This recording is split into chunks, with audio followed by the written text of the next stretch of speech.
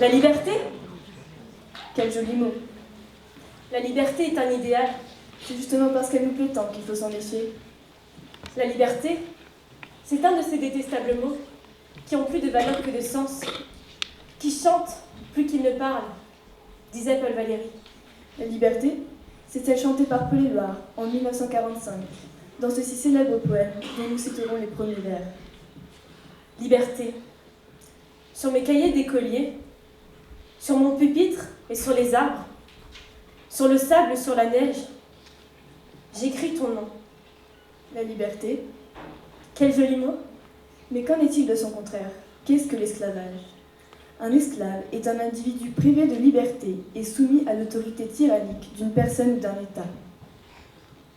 Il est contraint au travail forcé. Son maître lui impose de dures épreuves.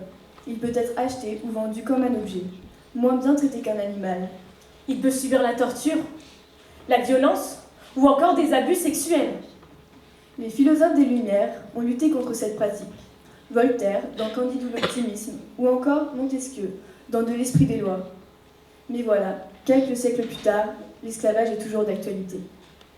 Boko Haram en est l'exemple. Comment définir ce nom propre? Boko Haram, un groupe djihadiste nigérian, qu'on nomme aussi groupe salafiste nigérian ou encore secte islamiste. Boko Haram, un monstre qui pervertit les enseignements de Mahomet et déshonore l'islam. Boko Haram, qui signifie l'éducation occidentale est un péché.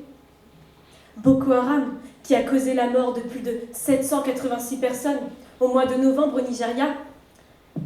Le Nigeria, qui se retrouve sur le podium des pays les plus touchés par les attaques djihadistes, après l'Irak, qui en a causé 815.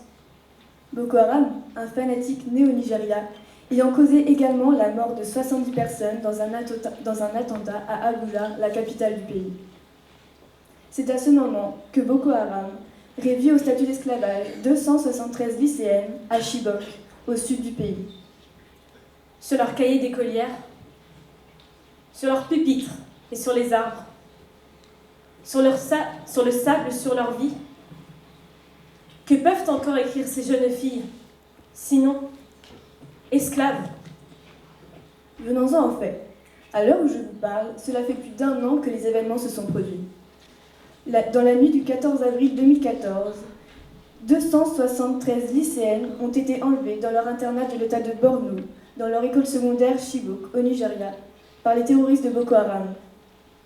C'est seulement le 5 mai 2014 que le monde apprend cette triste nouvelle. Selon les médias, 30 seraient encore disparus. Ces barbares sanguinaires leur ont volé leur liberté. Ces barbares leur ont arraché lâchement leur indépendance. Ces barbares ont réalisé ces actes sans aucune crainte. Ils ont commis l'irréparable. Savez-vous pourquoi? Parce que ces innocentes sont tout simplement allées dans une école pour blancs. Selon les bourreaux de Boko Haram, ces jeunes filles sont promises à l'esclavage et au mariage forcé. À l'esclavage. Ces jeunes filles sont destinées à devenir des domestiques ou des esclaves sexuels. Elles sont même vendues. Oui, vendues. Pour 12 $ chacune.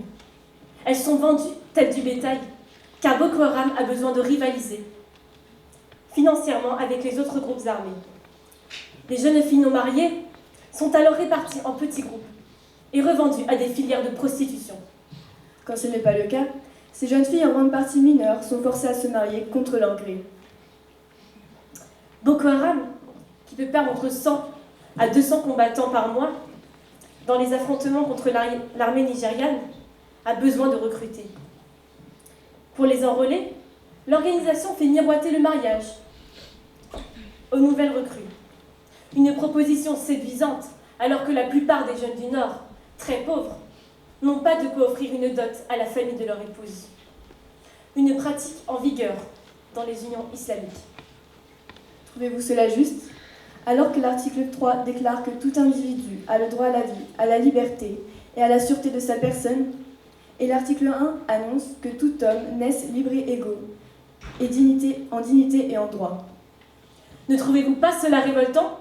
Sachant que l'article 16 déclare que le mariage ne peut être conclu qu'avec le libre et plein consentement des futurs époux, et que nul ne peut être tenu en esclavage ni en servitude.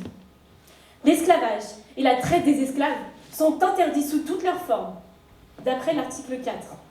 Mais Boko Haram, sans pitié, a aussi promis un enfer aux otages. Et que fait la communauté internationale? Que font les États? Et que faisons-nous? Les mères des jeunes filles sont désemparées et lancent alors des cris de détresse. Il y a un an, de nombreuses personnalités comme Michelle Obama se sont réunies pour créer de nombreuses manifestations. C'est d'ailleurs la femme du président des États-Unis elle-même qui a lancé sur les réseaux sociaux le hashtag Bring back our girls, qui signifie « Rendez-nous nos filles ».